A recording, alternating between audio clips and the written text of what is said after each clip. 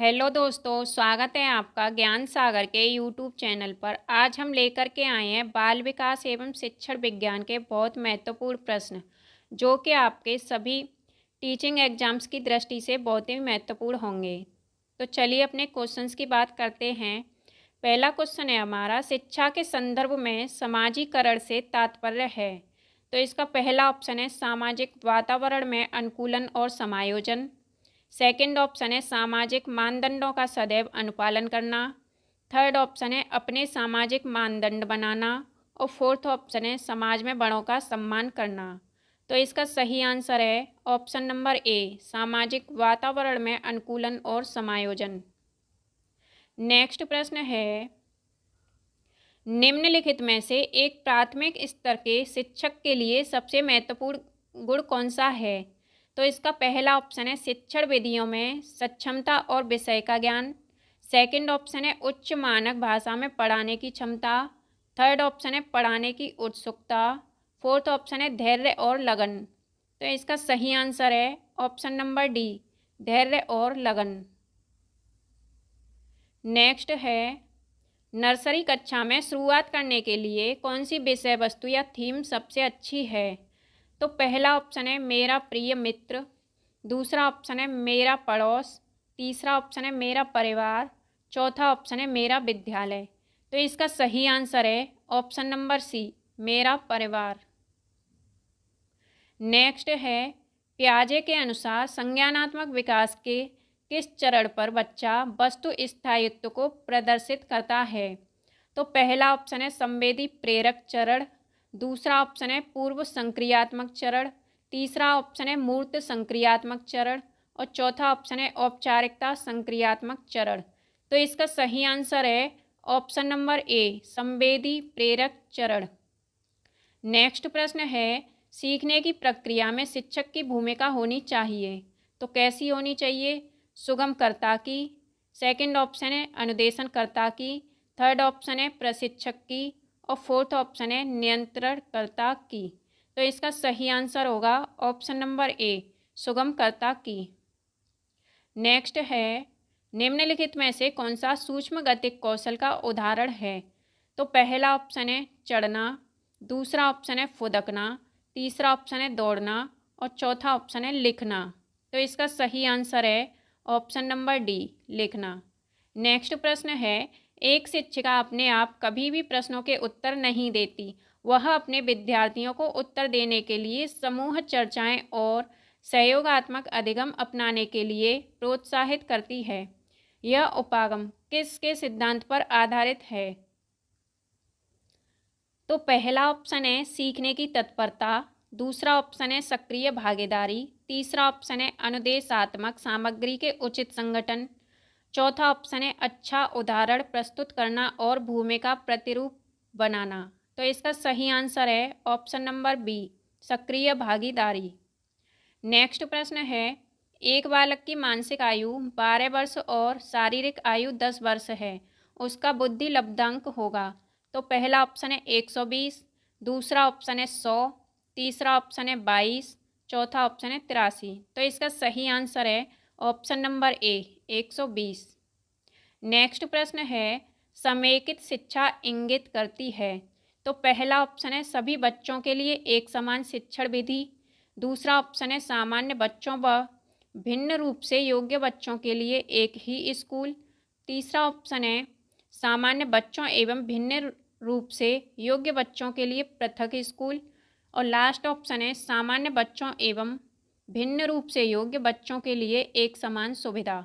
तो इसका सही आंसर है ऑप्शन नंबर बी, सामान्य बच्चों व भिन्न रूप से योग्य बच्चों के लिए एक ही स्कूल। नेक्स्ट प्रश्न है, एक शिक्षक विद्यार्थियों में सामाजिक मूल्यों को विकसित कर सकता है। तो पहला ऑप्शन है अनुशासन की अनुभूति को विकसित करके। दूसरा ऑप्शन है आदर्श रूप से बर्ताव करके। तीसरा ऑप्शन है महान व्यक्तियों के बारे में बोलकर। और चौथा ऑप्शन है उन्हें अच्छी कहानियाँ सुनाकर। तो इसका सही आंसर होगा ऑप्शन नंबर बी, आदर्श रूप से बर्ताव करके।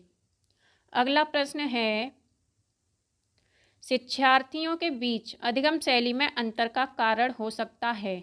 तो पहला ऑप्शन है शिक्षार्थी की समाजीकरण प्रक्रिया, दूसरा ऑप्शन है शिक्षार्थी द्वारा अपनाई गई विचारण नीति, तीसरा ऑप्शन है परिवार की आर्थिक स्थिति और चौथा ऑप्शन है बालक का लालन पालन। तो इसका सही आंसर है ऑप्शन नंबर बी, शिक्षार्थी द्वारा अपनाई गई विचारण नीति। नेक्स्ट प्रश्न है, कक्षा में बच्चों में भाषा कौशल का विकास किस क्रम में होना चाहिए? पहला ऑप्शन है सुनना, बोलना, पढ़ना, लिखना, दूसरा ऑप्शन है लिखना, पढ़ना, सुनना, बोलना, तीसरा ऑप्शन है सुनना, लिखना, बोलना, पढ़ना और चौथा ऑप्शन है लिखना, बोलना, पढ़ना, सुनना। तो इसका सही आंसर है ऑप्शन नंबर ए, सुनना, बोलना, पढ़ना और लिखना। नेक्स्ट प्रश्न है, मानव व्यक्तित्व परिणाम है तो किसका है? पहला ऑप्शन है केवल आनुवांशिकता का, दूसरा ऑप्शन है पालन पोषण और शिक्षा का, तीसरा ऑप्शन है आनुवांशिकता और वातावरण की अंतःक्रिया का, चौथा ऑप्शन है केवल वातावरण का। तो इसका सही आंसर होगा ऑप्शन नंबर सी, आनुवांशिकता और वातावरण की अंतःक्रिया का। नेक्स्ट प्रश्न है, कक्षा 1 और 2 स्तर के बच्चे, पहला ऑप्शन है अमूर्त अनुभवों से शीघ्र सीखते हैं, दूसरा ऑप्शन है मूर्त अनुभवों से शीघ्र सीखते हैं, तीसरा ऑप्शन है पढ़कर सीखते हैं और लास्ट ऑप्शन है लिखकर शीघ्र सीखते हैं। तो दूसरा ऑप्शन सही होगा इसका, मूर्त अनुभवों से शीघ्र सीखते हैं।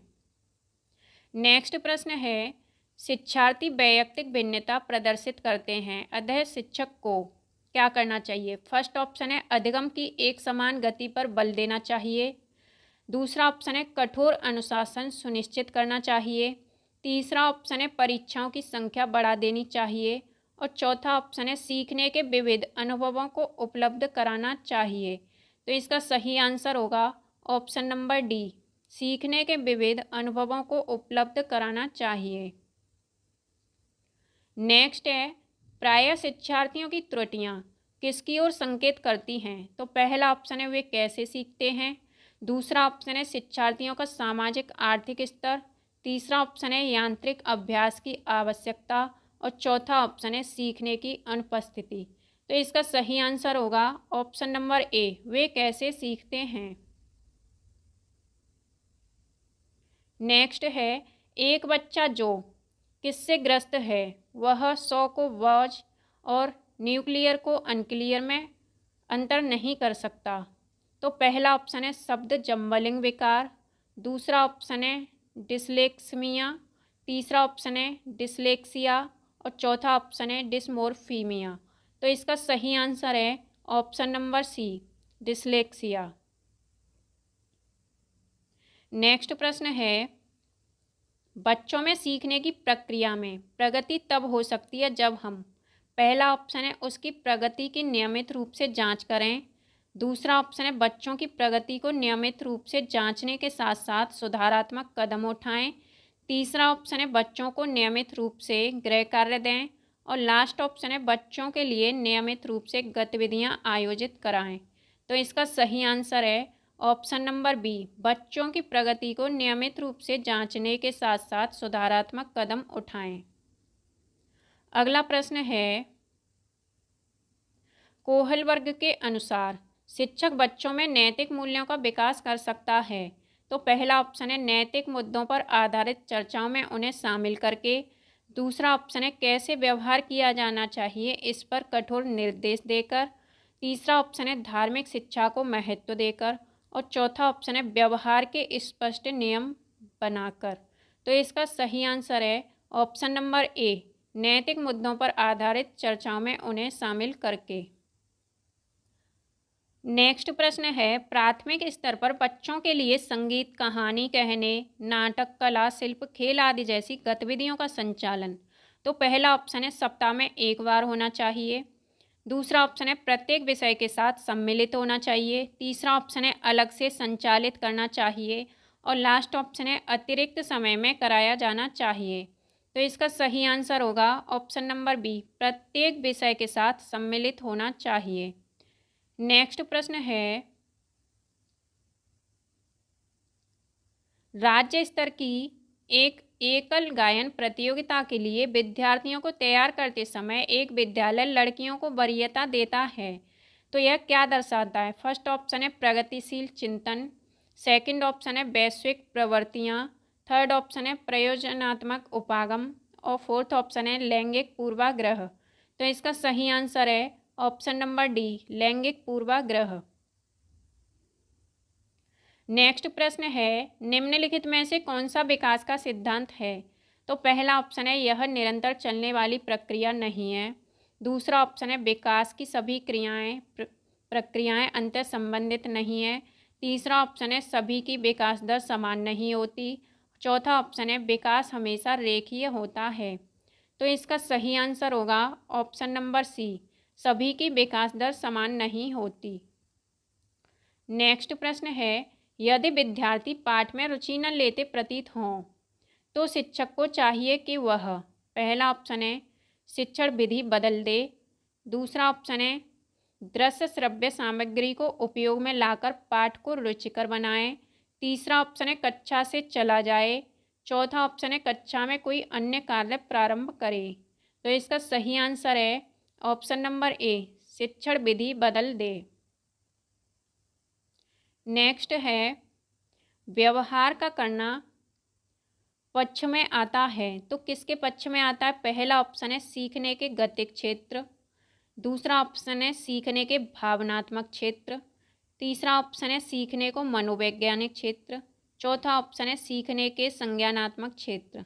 तो इसका सही आंसर होगा ऑप्शन नंबर ए, सीखने के गतिक क्षेत्र। नेक्स्ट प्रश्न है, बच्चे के विकास के सिद्धांतों को समझना शिक्षक की सहायता करता है।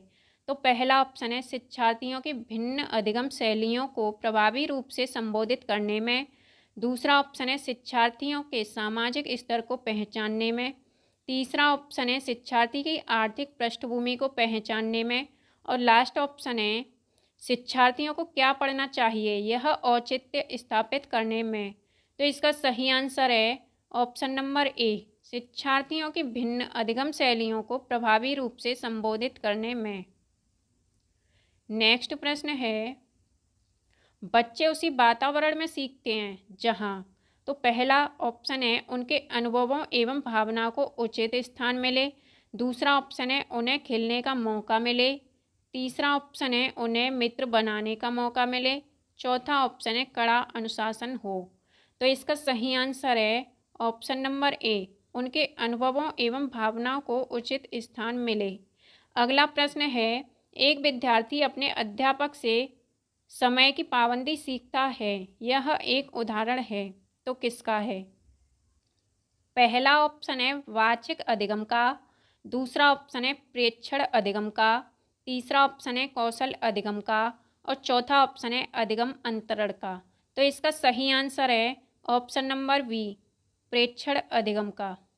नेक्स्ट प्रश्न है, विद्यार्थियों के सीखने में जो रिक्तियां रह जाती हैं उनके निदान के बाद क्या होना चाहिए? तो पहला ऑप्शन है सघन अभ्यास कार्य होना, दूसरा ऑप्शन है समुचित उपचारात्मक कार्य होना, तीसरा ऑप्शन है सभी पाठों को व्यवस्थित रूप से दोहराना, चौथा ऑप्शन है शिक्षार्थियों और अभिभावकों को उपलब्धि के बारे में बताना। तो इसका सही आंसर होगा ऑप्शन नंबर बी, समुचित उपचारात्मक कार्य होना। नेक्स्ट प्रश्न है, एक शिक्षक बच्चे द्वारा की गई छोटी छोटी गलतियों पर क्रोध प्रकट करता है तो यह इंगित करता है कि, पहला ऑप्शन है वह बच्चे का शुभचिंतक है, दूसरा ऑप्शन है उसमें ज्ञान की कमी है, तीसरा ऑप्शन है वह कुंठित है, चौथा ऑप्शन है वह संवेदनात्मक रूप से संतुलित नहीं है। तो इसका सही आंसर है ऑप्शन नंबर डी, वह संवेदनात्मक रूप से संतुलित नहीं है।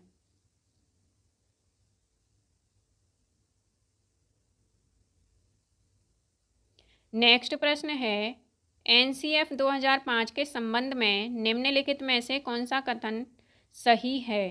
तो पहला ऑप्शन है यह भारत की विद्यालयी शिक्षा के संबंध में एक संवैधानिक संशोधन है, दूसरा ऑप्शन है यह एनसीईआरटी द्वारा तैयार किया गया दस्तावेज है, तीसरा ऑप्शन है